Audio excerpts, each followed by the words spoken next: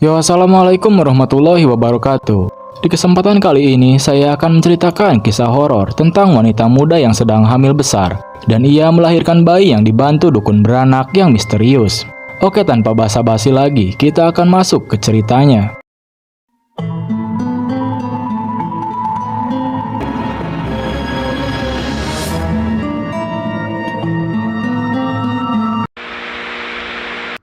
Di sebuah desa terpencil di pinggir hutan, terdapat seorang dukun beranak yang bernama Nyai Surti.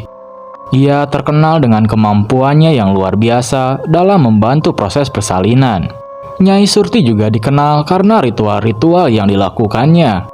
Keluarga-keluarga yang mendatanginya seringkali menganggapnya sebagai seorang penyelamat. Namun ada bisik-bisik di kalangan penduduk desa tentang praktek-praktek goib yang menyertai keahliannya. Pada suatu malam yang gelap, seorang wanita muda yang bernama Rina.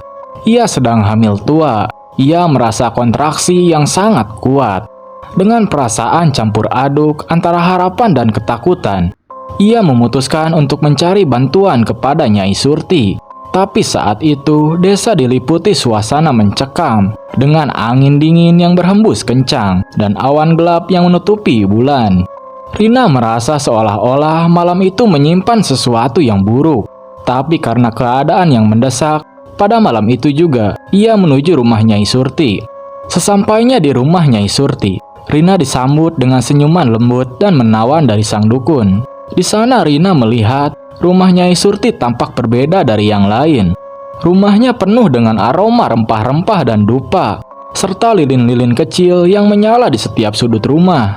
Singkat cerita, Nyai Surti membawa Rina ke kamar khusus yang dihiasi dengan simbol-simbol aneh dan lukisan-lukisan ritual untuk melakukan proses persalinan.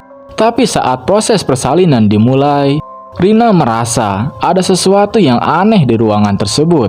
Suara-suara di luar kamar terdengar sangat berbeda, seolah-olah ada seseorang yang sedang berbisik dengan bahasa yang tidak bisa dimengerti. Lampu minyak di kamar berkedip-kedip, dan bayangan-bayangan bergerak di dinding, menambah suasana yang semakin mencekam.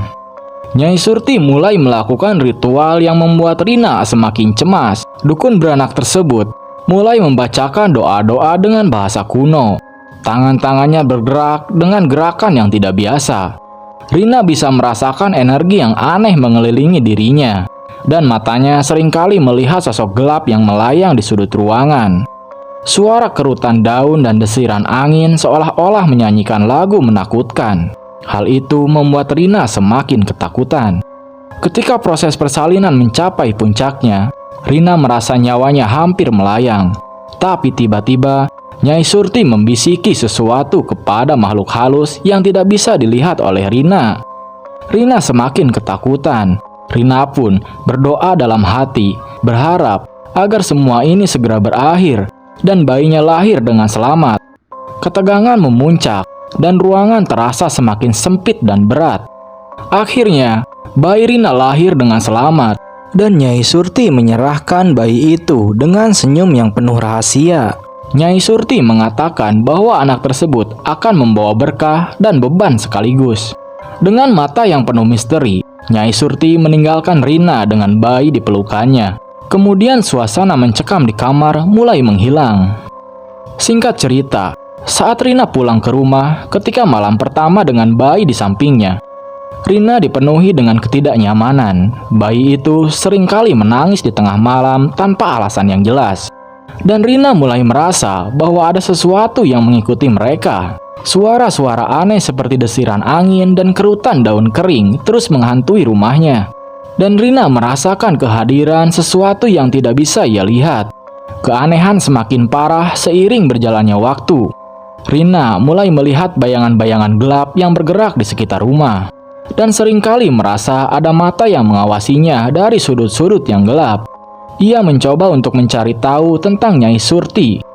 Dan ia akhirnya menemukan kabar bahwa ada banyak ibu yang mengalami pengalaman serupa setelah melahirkan di tangan dukun tersebut. Menurut cerita yang beredar di desa, Nyai Surti dikenal memiliki praktek ilmu hitam yang melibatkan bayi-bayi yang lahir di tangannya. Konon, Bayi-bayi tersebut digunakan dalam ritual untuk mendapatkan kekuatan goib, dan keluarga yang menerima mereka tidak pernah sepenuhnya bebas dari dampak mistis yang dibawanya. Rina berusaha keras untuk melindungi bayinya dan berdoa agar rumahnya bebas dari gangguan makhluk halus. Ia seringkali mencari perlindungan di gereja atau tempat-tempat yang dianggap suci. Namun ketakutan selalu kembali menghantuinya. Suatu malam, saat Rina terbangun di tengah malam, ia melihat sosok gelap berdiri di depan jendela rumahnya, seolah-olah menunggu sesuatu. Sejak saat itu, hidup Rina dipenuhi dengan rasa takut dan keresahan. Bayi yang dulunya merupakan simbol harapan, kini menjadi sumber ketegangan dan kegelapan dalam hidupnya. Meski Nyai Surti tidak pernah muncul lagi, bayangan dari malam kelahiran itu tetap menghantui Rina dan rumahnya, membuatnya selalu merasa diawasi oleh kekuatan yang tidak bisa ia pahami atau kendalikan. Dan demikianlah, malam kelahiran yang seharusnya menjadi momen bahagia malah menjadi momen yang tak akan pernah terlupakan, menggantikan kegembiraan dengan ketakutan yang abadi.